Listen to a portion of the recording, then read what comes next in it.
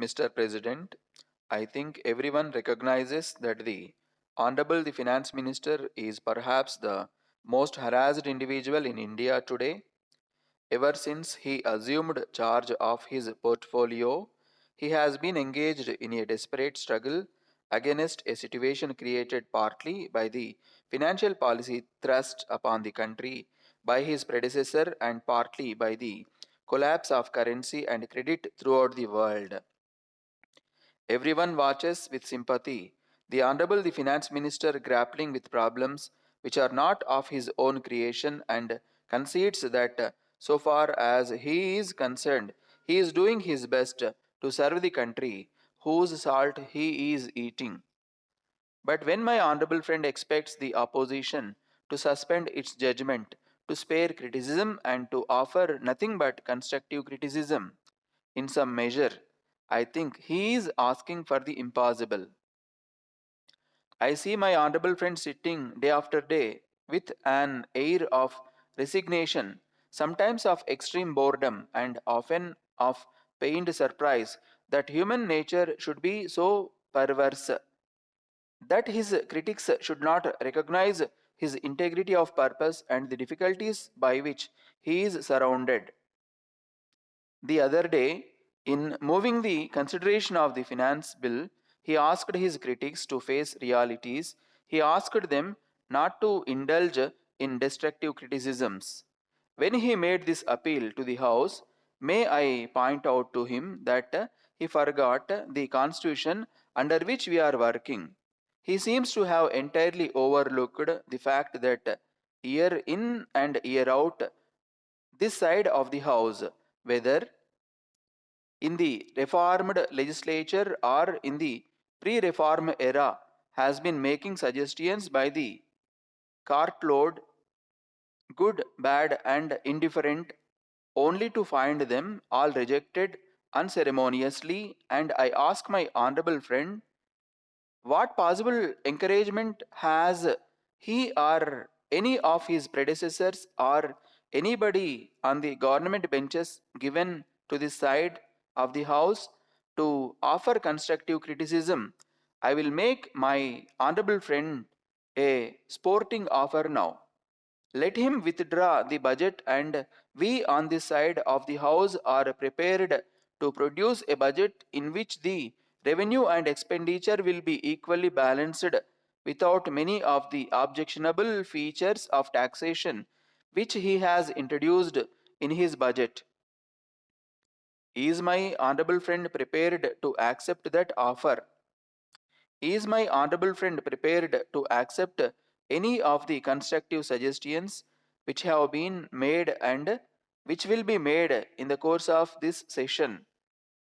When my honorable friend comes forward and says he is prepared to accept reasonable suggestions, then will be the time for him to ask us not to indulge in destructive criticism. Now, sir, I have got a threefold objection to this budget. In the first place, I fail to understand why my honorable friend should have thought it necessary to provide for revenue for a period of 18 months. When he framed this budget, it must have been done on the facts and figures as they appeared to him sometime at the end of August, that is to say, within 5 months of the financial year. In those 5 months, he found his previous estimates out by a very considerable sum, something like 20 crores of rupees. What is there to show that within the next 5 months, which remain in the financial year, his estimates may not be completely upset and a different aspect put upon things? 20 crores deficit was shown in the results of the first 5 months of this year. Since then, a change of worldwide importance has taken place in the financial situation, and that is the going off the gold standard on the part of Great Britain. The effects of that great move have been noticed already in India in a substantial measure. Cotton has appreciated by something like 50 rupees. Jute has improved substantially. Rice and other commodities have also gone up in value considerably, and there is an all round buoyant feeling due to the fact that we are no longer pegged to a high exchange. How can the finance member at this stage say that within the next 6 months or 12 months the position of India will be as he found it in the first 5 months? It may change in a remarkable way.